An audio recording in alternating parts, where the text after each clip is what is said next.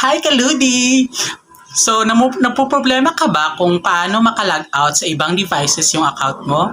At namoproblema ka rin kasi hindi mo na-log out yung mga social media accounts mo na na-login ka lang sa ibang account, sa ibang devices, kagaya ng laptop, computers, at kahit saang cellphone, at baka ma-hack yun.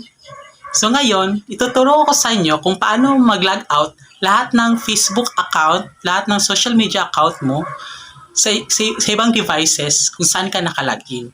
So dito, i-make sure natin na lahat ng social media account mo ay safe at hindi ito magagamit ng ibang scammer at makikita ng ibang mga nagmamayari ng devices kung saan ka nakalagin.